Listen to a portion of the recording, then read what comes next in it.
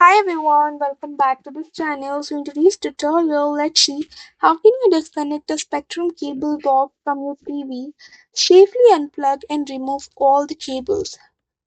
Step 1. Firstly, you need to power down your equipment completely. Press the power button on your Spectrum remote to turn off the cable box and television. Locate the main power cable running from the back of the Spectrum box to the wall.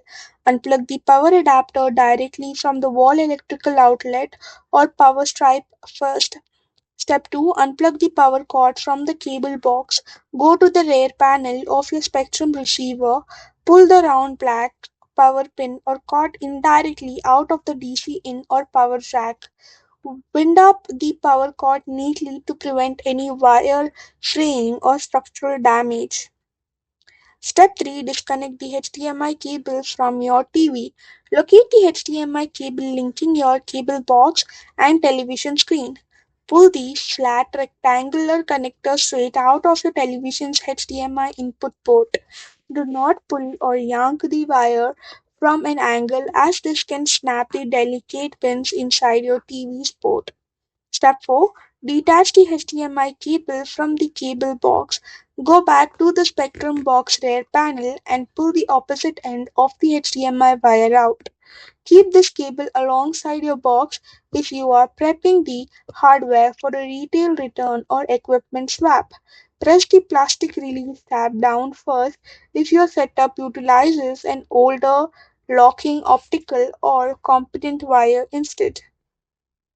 Step 5. Unscrew the main coaxial cable line. Locate the thin round coaxial cable screwed into the back of your receiver box. Grip the metal hexagonal locking nut cap tightly with your fingers. Rotate the metal cap counterclockwise until it unscrews completely from the cox in or cable in port thread. Step 6. Deal with the wall coaxial outlet connection. Lift the coaxial cable attached to the wall if you plan to link a new modem or box to this room later. Alternatively, if you are clearing out the room entirely, unscrew the opposite end of the cable from your coaxial wall jack by turning it counterclockwise. Insert a plastic dust cap over the exposed wall thread to protect the inner copper pin connection. Step 7. Clear away splitting brackets or network hubs. Trace your cables to see if your box was connected to a two-way coaxial splitter bracket. Unscrew all remaining short jumper wires attached to the splitter inputs if you are packing up the kit.